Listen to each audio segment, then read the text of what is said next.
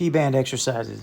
Wrap this thing around your exosym, usually the easiest way to do it first, then slide the other foot in. Sometimes you have to sit down to do this. I like to wear socks, but I don't have them on right now because that band rips the hair out of your legs unless you have a cloth one. This was one of the regular old Theraband ones that are leg hair pulling fools. So low is hard and putting it up high around the knee is easier. Now here I'm explaining whenever you get in this, do this, you want to be in an athletic position. You want your heel off the ground a little bit. If you look at my other foot, it needs to mimic the one that's not the exosym side. You want both heels off the ground the same distance. If you have one flat and one up, it's going to shift your hips.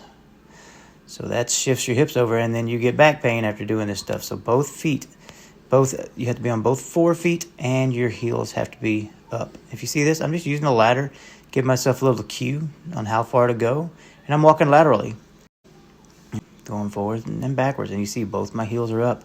Now I'm going to do just across one of them here. If you watch, my knees are even, my toes stay pointed forward, nice and easy, back and forth, no problem at all.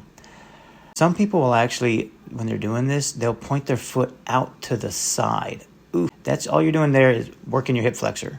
So we aren't worried about the hip flexor right now. We're worried about your glute med, and that's the lateral side of your hip. You want to work on that, and so that's going left and right. Keeping those toes pointed forward will really help you work out that hip.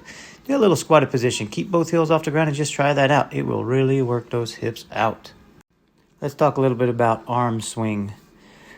Whenever you run, you need to do opposite arm, opposite leg. You see that? Opposite arm, opposite leg. So a lot of people, after they've been injured, they tend to really hold it on one side, and it'll mess up your arm swing. You want to go from eye socket to hip pocket, and you pull that elbow back behind you, just like that. Woo, woo, woo. It doesn't take too much energy, and it's a lot easier. You see how I'm throwing my arm back? I'm not in a sprinter's block. I'm trying to get out of it. Just nice bent elbows. When you do these drills, you take that step with one foot, you do opposite arm, opposite hand. It really makes you work on balance and gets that going appropriately. This is for forward and lateral. And you see, I'm getting off of balance here. I'm just trying to stay on that exosym and do opposite arm, opposite leg, because you need to learn this. If you watch my back heel, you see that band is pulling it in. You keep that foot pointed straight forward while you're doing this. There you go. See that back one? Staying up and down, just like that. And I'm staying on my 4 foot while I'm going forward. I do not step forward on my heel. And then try to walk backwards. This will really challenge your balance. You try to do that opposite arm, opposite leg at the same time. It messes with your head so bad trying to do this. But it really helps ingrain your motion for you and keeps that foot nice and strong. There we go.